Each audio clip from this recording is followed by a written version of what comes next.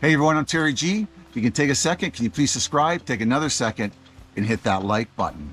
What we're going to talk about in this video is step 7 of a program of recovery. And basically what that is character defects or unhealthy behaviors that you're exhibiting or you're still doing in your recovery. First of all, I want to start off by saying these character defects or unhealthy behaviors come from either old childhood trauma, ways we used to cope in our childhood, things that we learned while we were drinking, ways we coped with fear, hurt, anger, pain, all those sort of things. Believe it or not, when we weren't drinking or we were drinking, we were creating behaviors, even as a child, on ways to survive in this world, or ways to cope, or ways to get the next drink.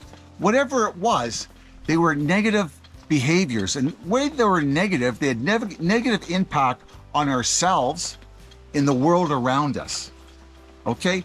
And these character defects, I come from the old school of recovery, from the old school. All character defects or unhealthy behaviors that we exhibit in recovery, or maybe you're not in recovery, come from the 7 deadly sins. Okay, and I'm going to try and list those off. The first one is pride, sloth, gluttony, anger, lust, and greed. They're the 7 deadly sins. Most of our behaviors, when it comes to lashing out on somebody, or manipulating, or lying, comes from one of those 7 deadly sins. And alcoholics are not the only ones that have them. Worry not. People in addiction are not the only ones that have them. Everybody has them. Everybody has unhealthy things that they do.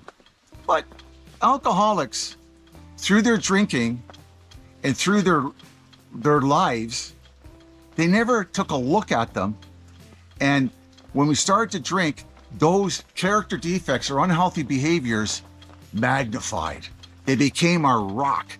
They became entrenched in us as a coping mechanism, how to get along in the world. But you know what happens? When we stop drinking or you stop your drug, those behaviors are not working for us anymore. And the reason they're not working for us anymore is kind of like an illusion, right? Because when we drank, if we got angry at somebody or we stole from somebody, we usually justified it in our alcoholism, or we drank that issue away and it didn't affect us in the same way. You know, it was a part of our addiction. We lashed out, we drank. We got hurt, we drank. We felt jealous, we soothed it with the alcohol. So we never really dealt with it or took a look at it.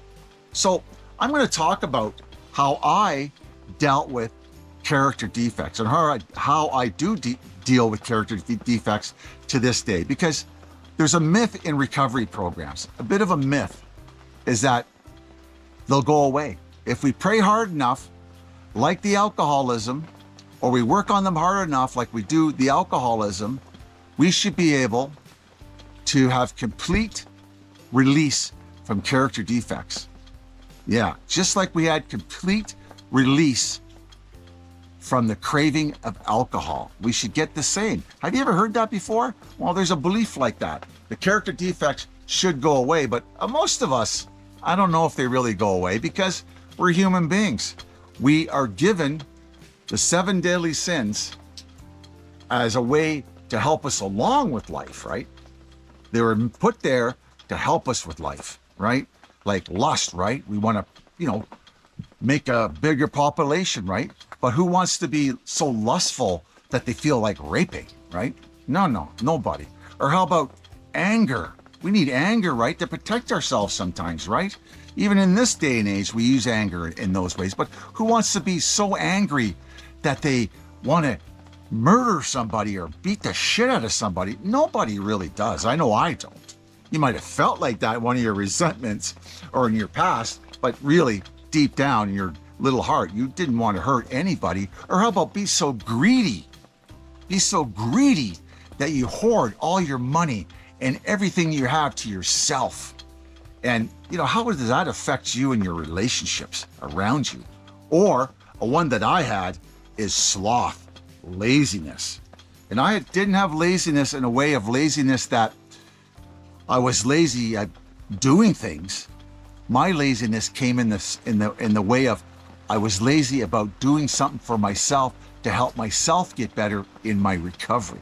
So that's a little thing I just wanted to talk about. So like I said, I'm old school, and I believe all character defects come from the 7 deadly sins. So for example, how do I deal with my character defects? How do I deal with them? Well, the key word in a lot of it is humility, right? Humility. We all know what humility is, right? Alcoholic or non-alcoholic. We know what that is, right? And basically, the definition of humility, when it comes to me, when I understand it, is the ability to learn, to have an open mind and be open to a new way of dealing with life on life terms. Understanding that when it comes to your character defects, that they are not working anymore for you. They are working against you.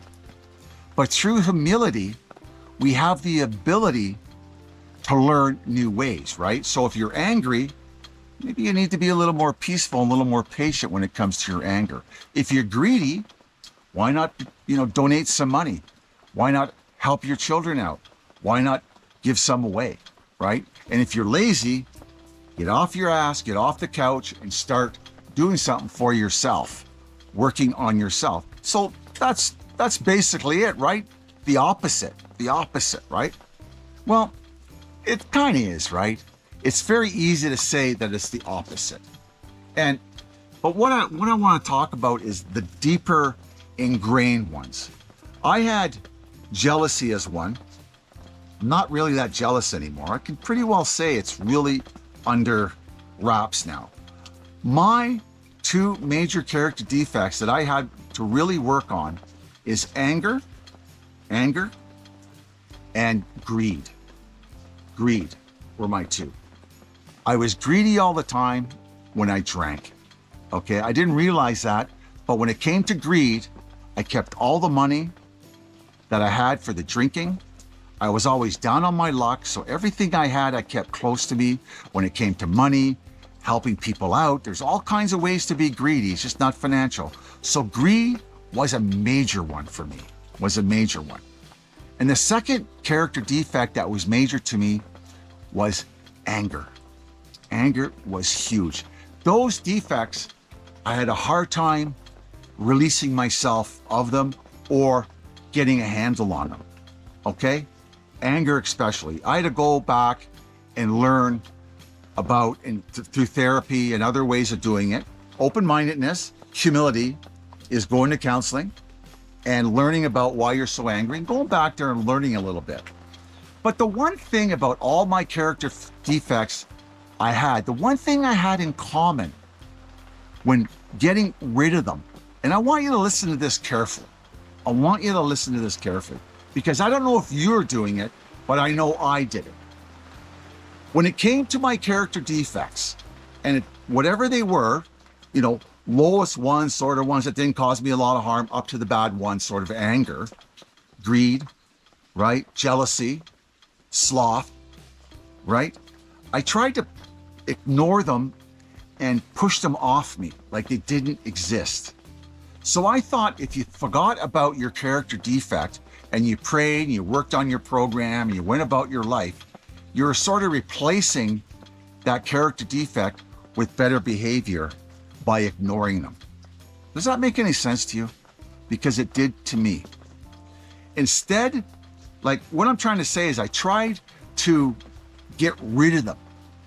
Get rid of the character defect completely out of my life, completely out of my system, out of my personality, out of my mind, whatever it was. I tried for years to eliminate it from me. And all that did was made the character defect sleepy. Like the anger was there, but it was simmering and I ignored it. The greed was there, but I ignored it. The sloth was there, but I ignored it. Thinking if I ignored it, it would go away. Okay?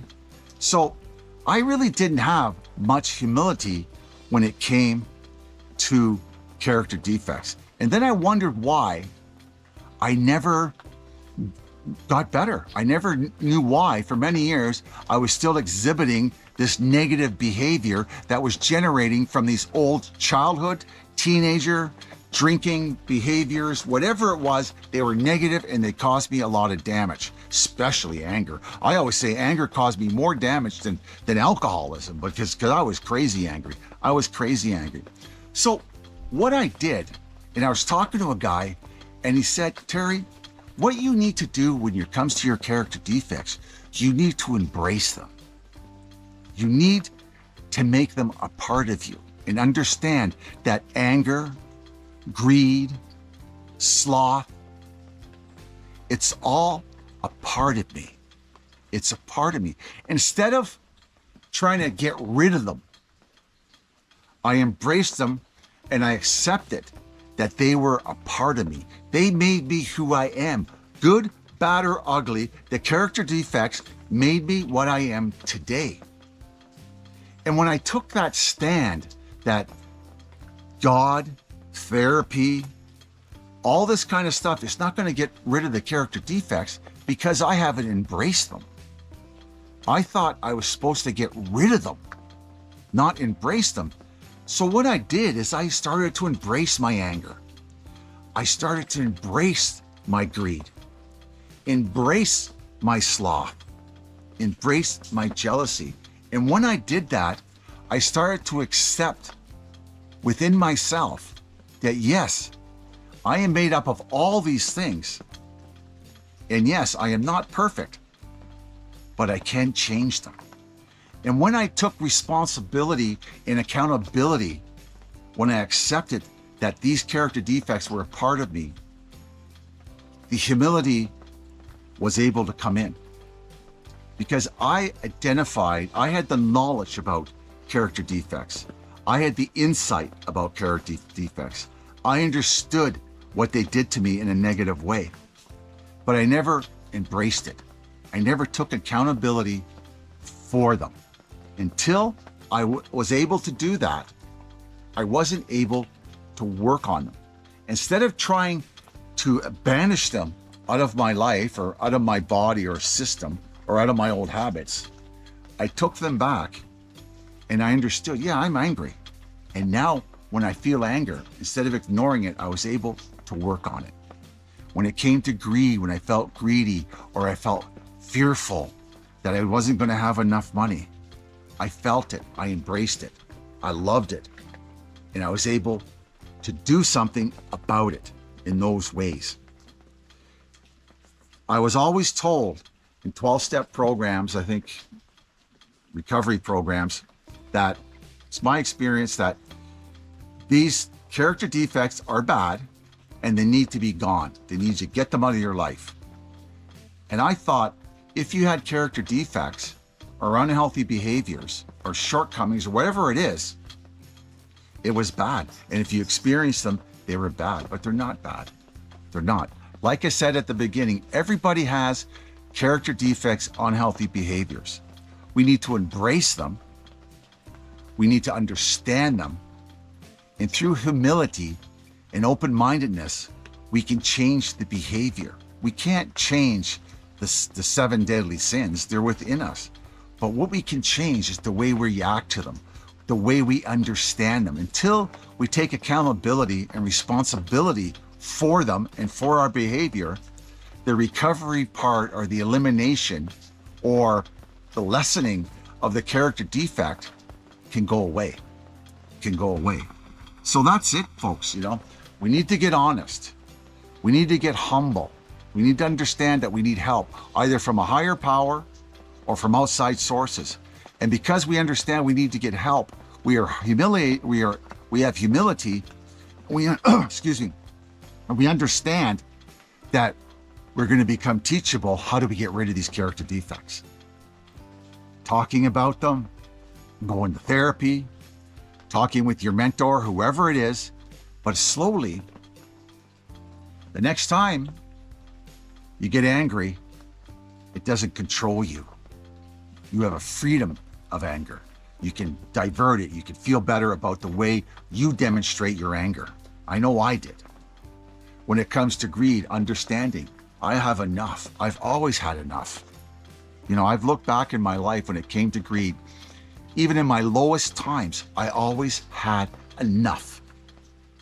But I had to look back. I had to become teachable. I had to become teachable. I had to understand what was going on here. When I became jealous, the reason I was jealous a lot is everybody was getting married, they're having a great life, they had houses, cars, all that kind of stuff. They were handling their lives, they could make decisions, they're functioning as normal human beings, and I couldn't. But the reason I couldn't, and the reason I didn't, is because I was a full-blown alcoholic for many years.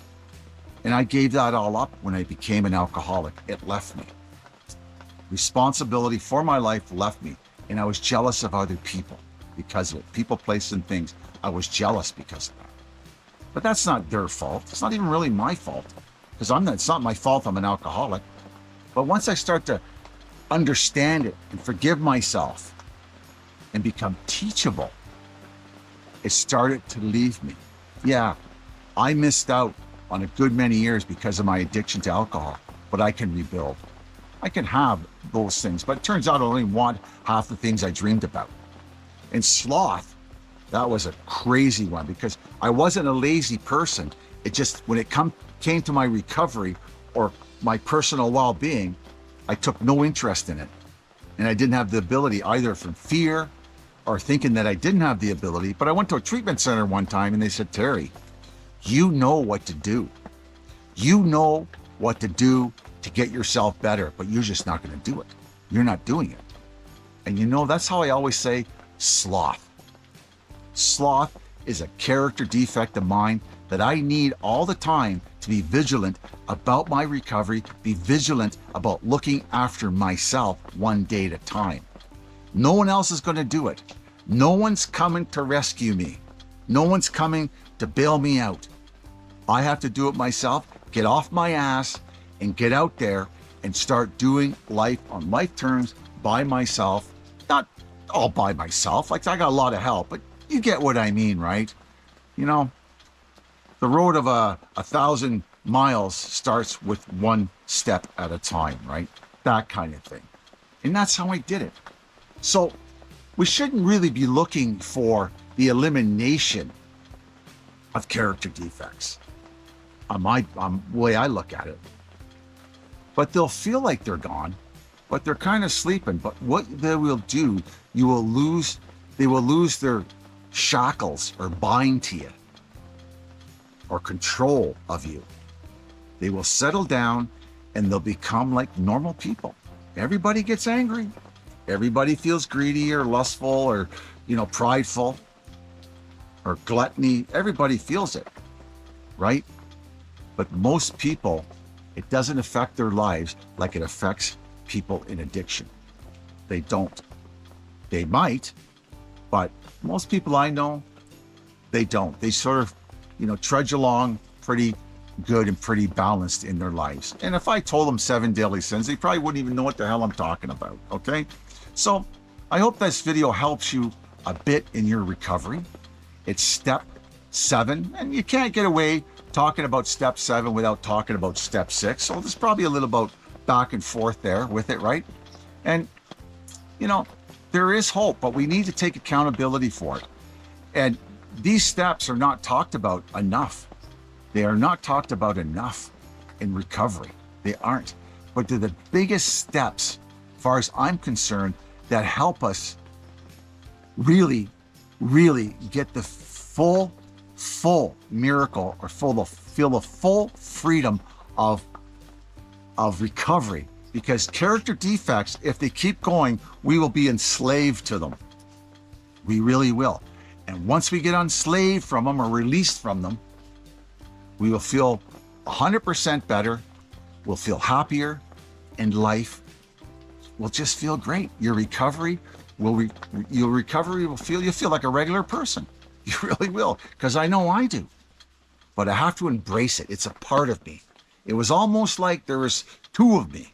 There's the character defect Terry, And then there's the normal Terry. Yeah, believe it or not, okay? Thanks a lot for stopping by. My name is Terry G. This is an alcohol-free life channel where we learn to live sober one day at a time. You can take a second, please subscribe. Take another second, hit that like button. God bless. Ciao for now, and I'll see you later. Thanks for stopping by.